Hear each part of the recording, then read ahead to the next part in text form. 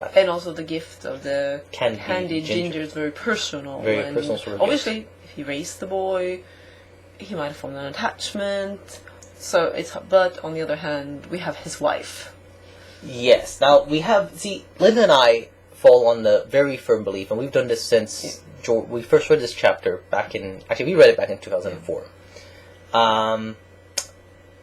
That he is not, in fact, Aegon. He has been raised to believe he's Aegon, but he is not Aegon. Oh, yes. Yes, he certainly believes it. But he is not Aegon, but the switch never happened, or maybe the switch happened and they got rid of the actual Aegon. And in any case, he is not Aegon Targaryen, the son of Rhaegar. Now, he is a boy who has the right looks, who has been put forward into it and raised to this. Now, Varys perhaps provides an explanation for why they would do this, which is, as he tells in that shocking epilogue.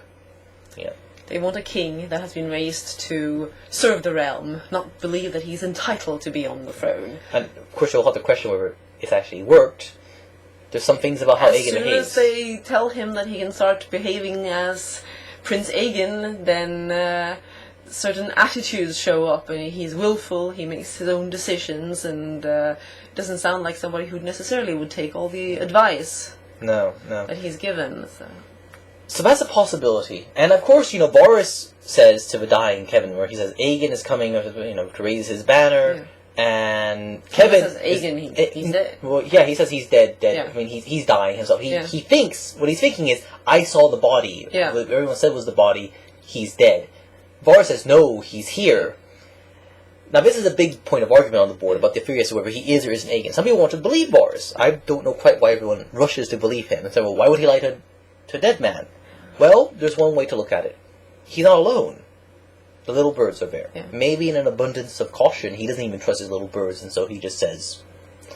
Another possibility is... For all intents and purposes, he is Aegon. Exactly. I mean, he's certainly called Aegon, anyways, and he's going to be their Aegon, so... Yeah, what if they're putting forward a theory of sort of, the blood doesn't matter? Varys was raised as a mummer, and he may believe that... Once you take a role, that's who you are. You are what you believe yourself to be. For all purposes, Aegon is Aegon. It doesn't matter if he doesn't have the blood. Although it could. I mean, I could even go to linear, crazier theories about what if Varys' story about his origins aren't all what they say. Illyrio makes a comment that the male line of the Blackfyres was cut down, which implies that the female line is around. What if Varys is a descendant of them? What if he was gelded for dynastic purposes to stop him from having more... I don't know. Or if we're talking the female line, Ilyrio's wife, Sarah, the concubine, who looked very Valyrian, silver gold hair and beautiful. I mean, we have heard it claimed before that, pleasure houses in Liss are full of Valyrian-looking whores. So they're bred for the look there. They also have a lot of Valyrian blood. I mean, it's no coincidence, I think, that... And it's very popular. Very popular. We have no coincidence... it's a coincidence that the spy master of the Golden Company, silver gold hair... purple eyes. He's very Valyrian. And that George puts these in suggests that the Valyrian look, we shouldn't think of it just being Targaryens that could have it. They are around in the Free Cities. Yeah. So he met Sarah from a pleasure house in Liss, and he married her, and he loves her. He kept her hands. So one idea is, Illyrio was a water dancer. He was a bravo and a water dancer. He was beautiful, he said. He was a slender youth. Slender youth, at 16. Gifted swordsman, of course. What if that's his son? What if he married Sarah, had this child with the express purpose, perhaps, of replacing Aegon once this all fell out? Obviously, I mean, they couldn't be sure that the child would come out looking like that, but the odds were probably pretty good. Illyrio was probably he's blonde as well. He's definitely blonde, so it's hard to say, but the thing that probably convinced me most of all that this is not Aegon is the prophecy from the House of the Undying. The cloth dragon... The Mummer's dragon. The Mummer, which Danny then called the Mummer. Yeah. Now some people say, what if this basically means Aegon is Varys' dragon, but he is a dragon. He's not a fake. He's actually, but that he's being backed by Varys. Well, that's kind of prosaic. But what follows is, it's quite clear that these prophecies in that section are being grouped together.